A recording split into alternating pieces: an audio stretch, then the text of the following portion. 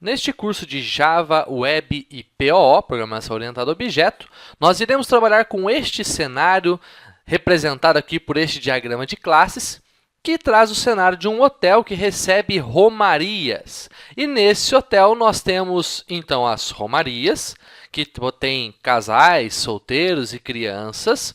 Nós temos as reservas que são feitas pelos líderes, pelo líder da romaria. Então, um líder pode fazer várias reservas e quando ele reserva para uma romaria. Uma romaria pode ter várias reservas. Aqui nós temos uma associação unidirecional, que significa que este lado da associação, esta direção da associação importa. Então, em reserva, eu preciso saber qual é o líder.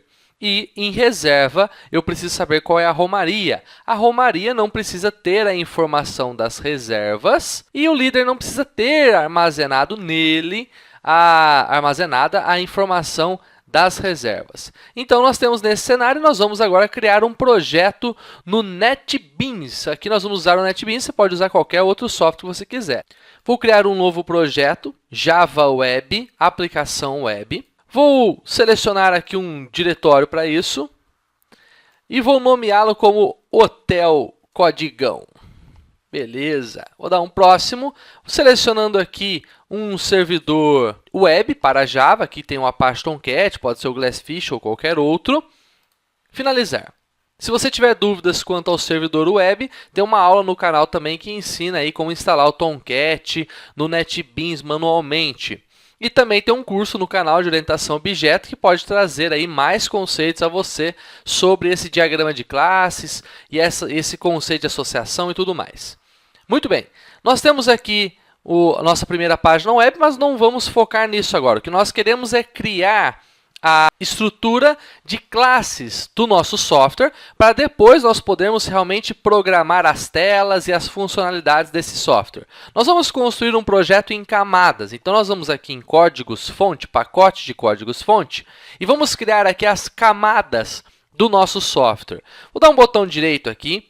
Vou criar um novo pacote. Esse pacote, a primeira camada que nós vamos colocar é a camada de domínio. Por que fazer um software em camadas? Para que eu possa ter a separação do código e a manutenção fique mais fácil. E se eu quiser mudar tecnologias ou mudar conceitos depois, eu posso simplesmente mexer com uma camada separada da outra. Quando a gente faz um código e tudo num lugar só, isso nos atrapalha na manutenção. Então, vamos aprender a fazer direito aí. Como as nossas classes, que representam os nossos dados, elas são o domínio do nosso negócio, o domínio do nosso cenário, então, nós vamos dar o nome para esse pacote de domínio, sem acento, hein? Beleza. E nesse pacote domínio, nós vamos criar aquelas três classes. Vou clicar aqui em Novo.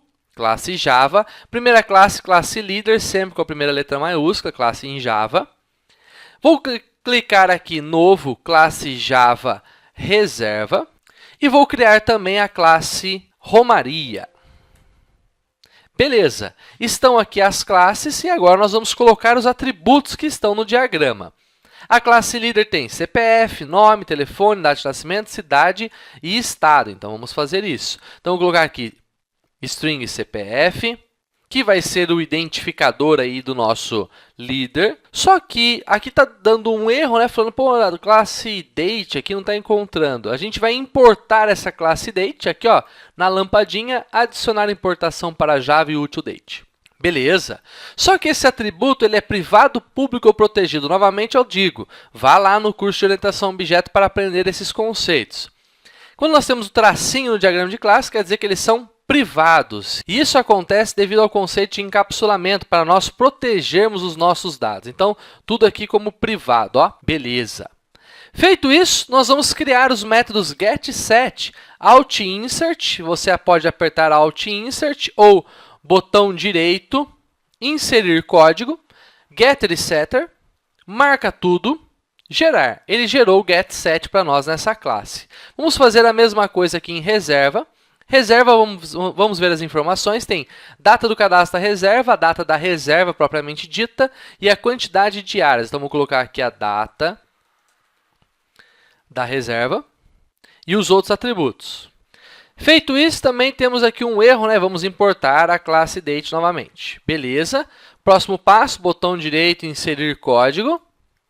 Getter e setter, marca tudo, gerar. Beleza. O getter e setter vão fazer para nós aí a proteção dos nossos atributos, que são privados, e esses métodos get e set vão dar acesso a esses atributos pelo nosso código que ainda vamos fazer. Vamos fazer a mesma coisa em Romaria agora.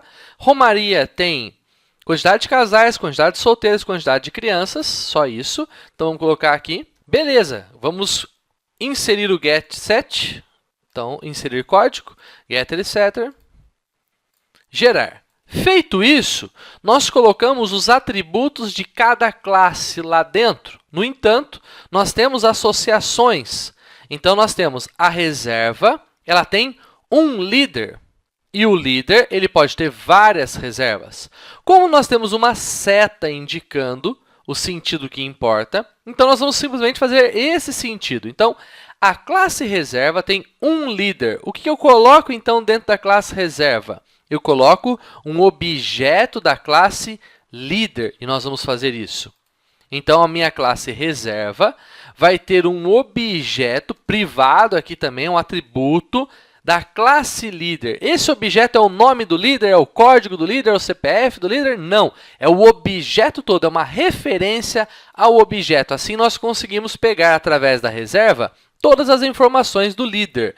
Então, nós vamos criar também para esse atributo líder, vamos criar um getSet. Então, alt insert ou inserir código, getter e setter, marca o líder, gerar.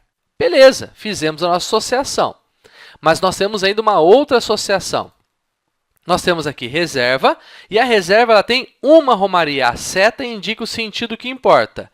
Então, reserva tem uma romaria. Então, dentro da classe reserva, nós vamos ter um objeto da classe romaria. Então, beleza.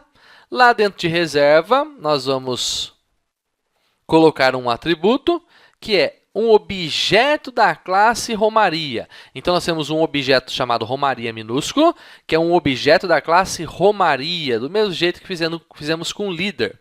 Vamos inserir o getter e setter. Opa! Getter e setter, marcou, gerar. Beleza! Nós temos aqui o getter e setter desses atributos da classe. Beleza, mas só para efeito de conhecimento, como ficaria se nós não tivéssemos aquela seta no diagrama?